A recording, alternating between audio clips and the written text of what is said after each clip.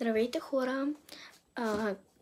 Значи, ако искате с моята приятелка да ходим да разследваме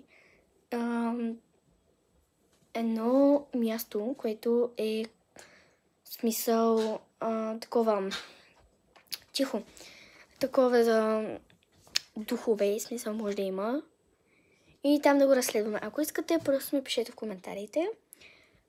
Може да го разследваме. Имаме също едно конче, което винаги като отивам до магазина, го виждам буквално, аз направо се стряскам от него.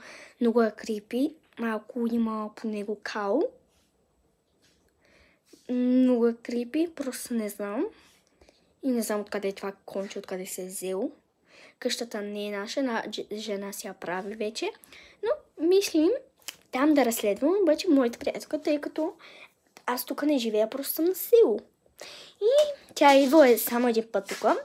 Ще беше на рожден ден на една нейна приятелка в Синела Бич, тук на басейн. И аз щях да отида при нея, обаче бях със щупен пръст. Опа, малко така направих. Със щупен пръст и бях със щупен пръст и затова нямаше да мога да отида там, защото ако бях аз съм със щупен пръст, няма как. Можеш да сваля шината, обаче за какво? Знаете ли колко пари е? 40 лева на дете. Не. 80 лева на дете. И на възрастен и на дете 80 лева.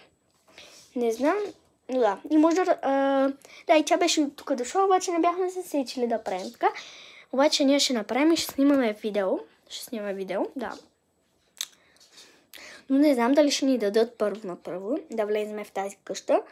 Но мен ще ме много страх.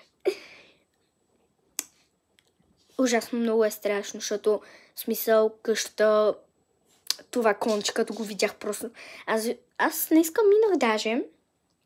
Буквално много беше страшно, много беше крепи. Просто седи е така. То е така отлюлящото се конче. Нямам снимка, обаче някой път ще правя клип.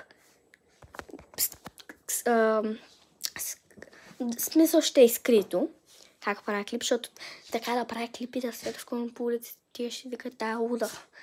Така че да. И ако искате, пишете ми в коментарите дали искате да разследваме с моята приятелка. Може да не е в тази къща, може да е в друга къща. Да.